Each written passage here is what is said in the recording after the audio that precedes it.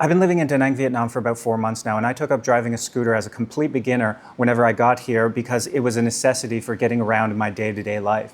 So I thought I would share some tips that I wish I knew whenever I first started driving. The first tip I want to give is very basic, but if you're new to driving, this is something that is critically important. It's that bikes go on the right and cars, bigger vehicles, go on the left. The exception to this is if you have a multi-lane road and you're turning left, you want to be in that left lane. But if you're just driving along on a normal day, like normal road, you want to stay on the right because that's just the safest place for you to be.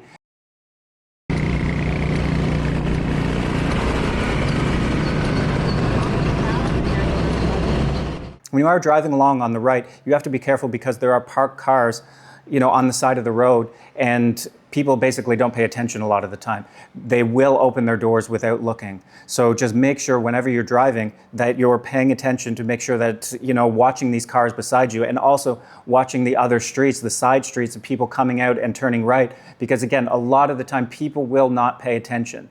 They believe in the flow of traffic, and I've seen it so many times where I'm coming along, I'm driving, and somebody's coming right out of a little alley or coming right out of another road, and they will not look left. So it's your responsibility. You cannot trust that somebody else is going to look and see where you are. You have to be the one to take responsibility and see that somebody is there, somebody's coming, somebody's opening a car door. Make sure that you're looking at all times to see the dangers in front of you and swerve to avoid when needed.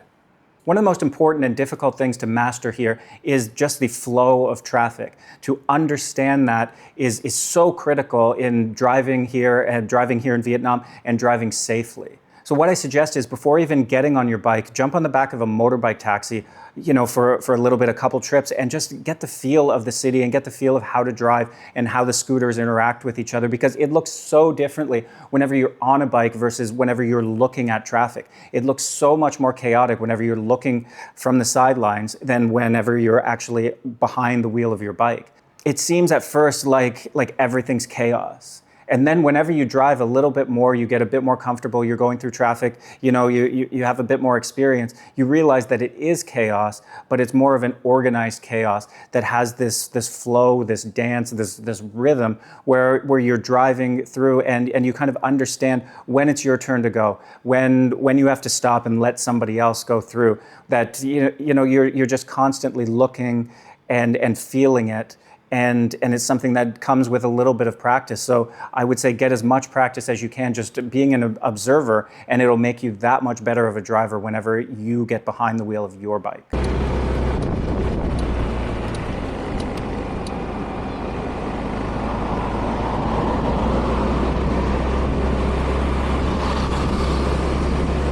This is an important tip for wherever you're driving in the world, but I think that it's especially important here in Vietnam whenever you're driving a scooter, and that is always pay attention.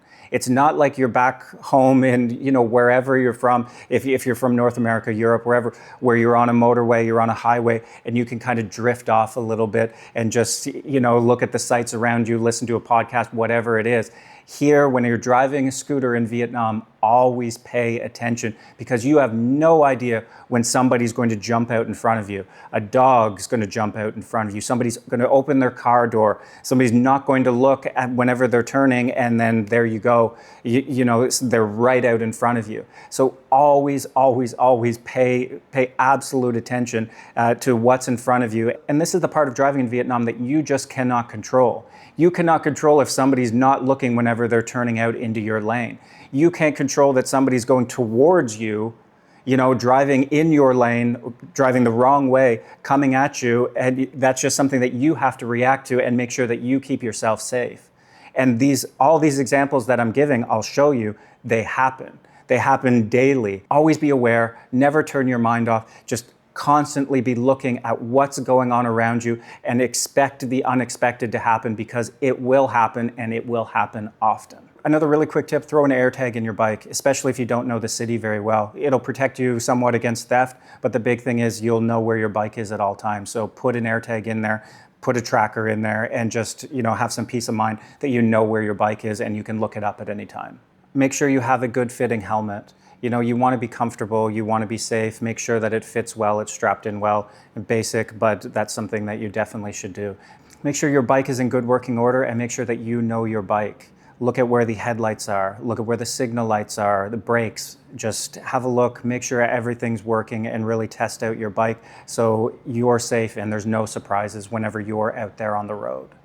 What driving a scooter here gives to you is a sense of freedom that you don't get when using other types of transportation. Sure, it's easy to use taxis or join a tour group, and admittedly, a lot of people, most people should be doing that. But if you're confident enough to want to rent a bike, or if you're living here to buy a bike, and it does give you this freedom that allows you to see more places and more of this country that, you know, being on a tour or being in a taxi just wouldn't allow.